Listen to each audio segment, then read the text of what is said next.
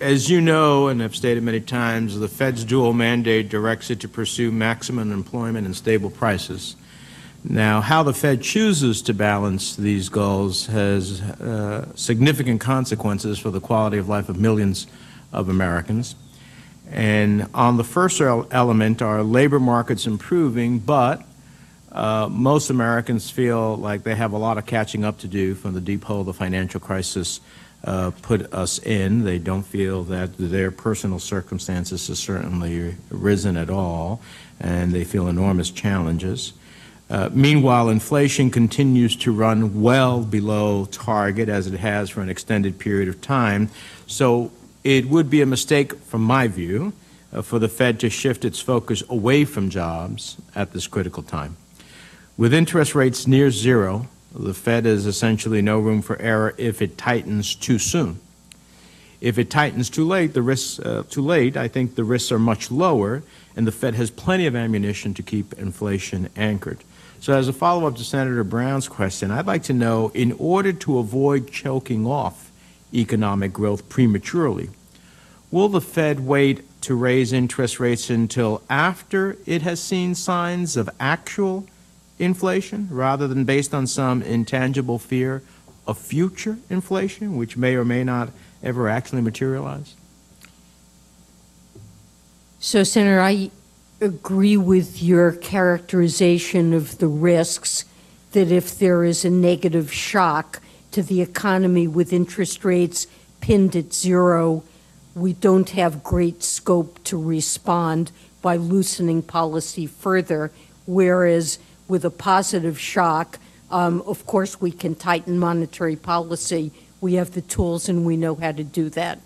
That's a consideration that has been weighing on our decision making for quite some time, and has led us in part to hold interest rates at these very low levels for as long as we have. So that has been a factor we have been taking into account, and it partly explains the policy that we've been following.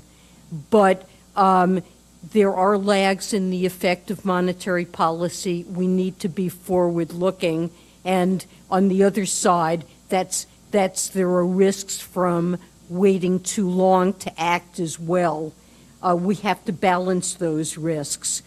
You asked me if we would likely raise rates before inflation has risen substantially, and there I would point you to Section 3 of the report that we gave to you, where we show each participant's forecast for, or we show a summary of their forecast for the economy and for policy. And as I mentioned in my testimony, most participants, as of our June meeting, envisioned that economic developments would proceed in a way for the rest of this year that would, in their view, for almost all of them, make it appropriate to begin the process of normalizing policy sometime this year.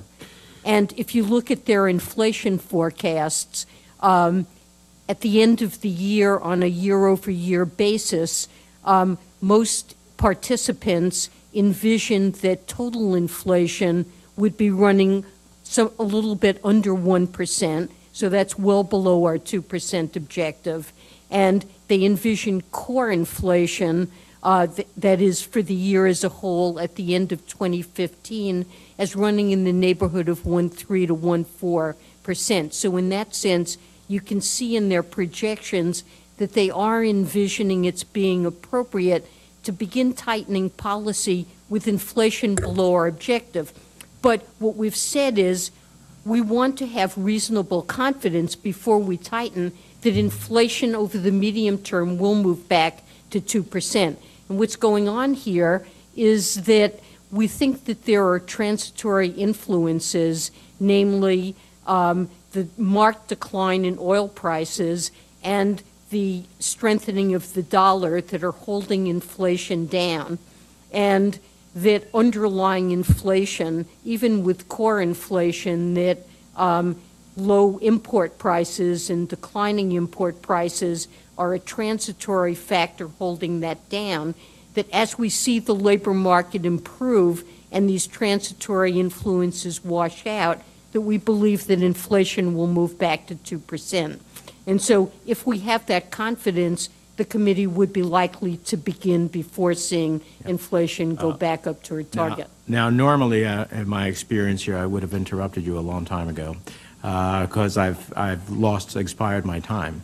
But because your response was so interesting, and I'm trying to grasp where your policy view is from it, that I let it go. Let me just make one, if I may, very briefly, Chairman, a comment, and that is that from I listened to you intently. From my perspective, I think it is much less of a problem that inflation may run high a little bit. I didn't say significant inflation, which you referenced, to run high for a little bit for a short period of time until the Fed's response to it takes effect, than the alternative, which is cutting off much-needed job growth and income growth, too, which would have been my second question, but I'll submit that for the record. Don't want to cut off job growth and income growth, and we do want to see inflation move up to 2%. We would not be pleased to see it linger indefinitely below 2%. Thank you, Mr. Chairman.